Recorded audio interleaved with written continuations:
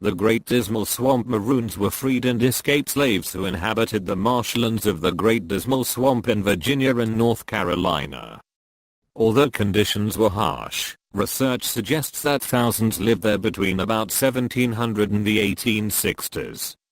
Harriett Beecher Stowe told the Maroon people's story in her 1856 novel Dred, A Tale of the Great Dismal Swamp.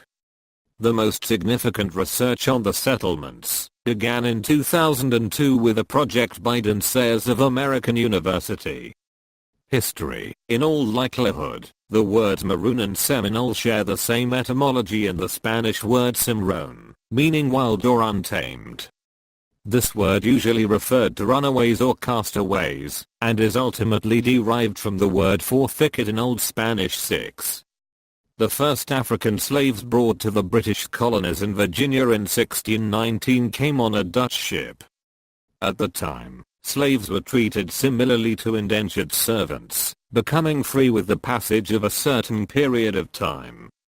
Others gained freedom by converting to Christianity, since the English of that time did not typically enslave Christians. Slave labor was used in many efforts to drain and log the Great Dismal Swamp during the 18th and 19th centuries. 8 escaped slaves living in freedom came to be known as Maroons or outliers. 1.8.9 The origin of the term maroon is uncertain, with competing theories linking it to Spanish, Arawak or Taino root words. 10 Maroonage, runaway slaves and isolated or hidden settlements. 9 existed in all the southern states. 11 and swamp-based maroon communities existed in the Deep South, in Alabama, Florida, Georgia, Louisiana, and South Carolina. 2 Maroonage in the Upper South was largely limited to Virginia and the Great Dismal Swamp.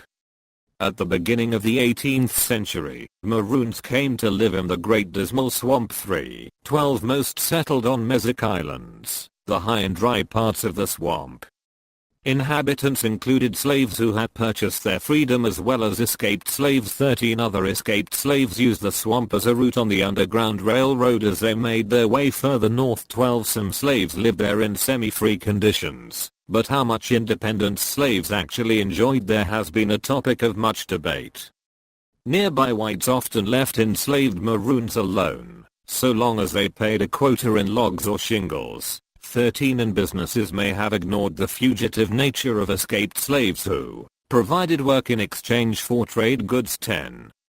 Herbert Aptheker stated already in 1939, in Maroons within the present limits of the United States, that likely about 2,000 Negroes, fugitives, or the descendants of fugitives lived in the Great Dismal Swamp, trading with white people outside the swamp. 14 Results of a study published in 2007.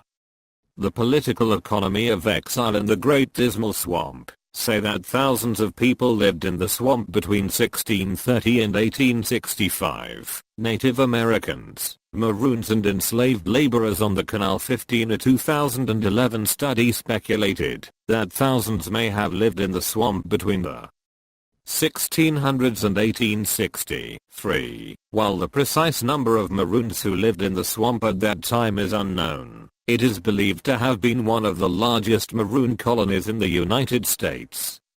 It is established that several thousand were living there by the 19th century. 16 However, fear of slave unrest and fugitive slaves living among Maroon population caused concern amongst local whites.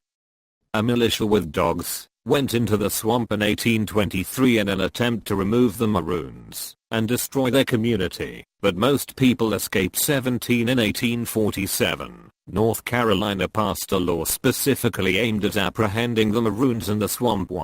10 However, unlike other Maroon communities, where local militias often captured the residents and destroyed their homes, those in the Great Dismal Swamp mostly avoided capture or the discovery of their homes. Little is known of Native American activity in the area prior to 1600. 18 Though the presence of hunting bolus indicates that the area may have served as a hunting ground as far back as 5,000 years ago. 13 Native American communities were already in existence in the swamp when the Maroons began to settle there. 3. Because leaving the area could inevitably lead to recapture, the inhabitants often used what was readily available in the swamp, even recycling tool remnants left by Native Americans. 19. Since the Maroons had few possessions, the few small artifacts that have been recovered have given historians little insight into their day-to-day lives. 12. 19. To date, excavation has yet to find any human remains. According to Sayers, historical archaeologist at American University who has led research on the Maroons of the swamp, it is possible that the acidity of the water disintegrated any bones which may have been left behind. 12. Some Maroons were born to escaped slaves and lived in the swamp for their entire lives despite the hardships of swamp life: dense underbrush, insects, venomous snakes, and bears. The difficult conditions also made the swamp an ideal hiding place, not just for escaped slaves, but also for free blacks, slaves who worked on the swamp's canals, Native Americans, and outcast whites such as criminals too. 12. 20 Maroons are known to have often interacted with slaves and poor whites to obtain work, food, clothes, and money. Some fugitive slaves plundered nearby farms and plantations, stole from anchored boats, and robbed travelers on nearby roads. 17 Those caught were tried for murder or theft. 11 Some Maroon communities were set up near the Dismal Swamp Canal, built between 1793-1805, and still in operation. These Maroons interacted more with the outside world than those who lived in the swamp's interior, and had more contact with outsiders once canal construction began. Some took jobs on the canal, and with increased contact with the outside world, some people living in the swamp eventually moved away. 10. 12 During the American Civil War, the United States colored troops entered the swamp to liberate the people there, many of whom then joined the Union Army. Most of the Maroons who remained in the swamp left after the Civil War,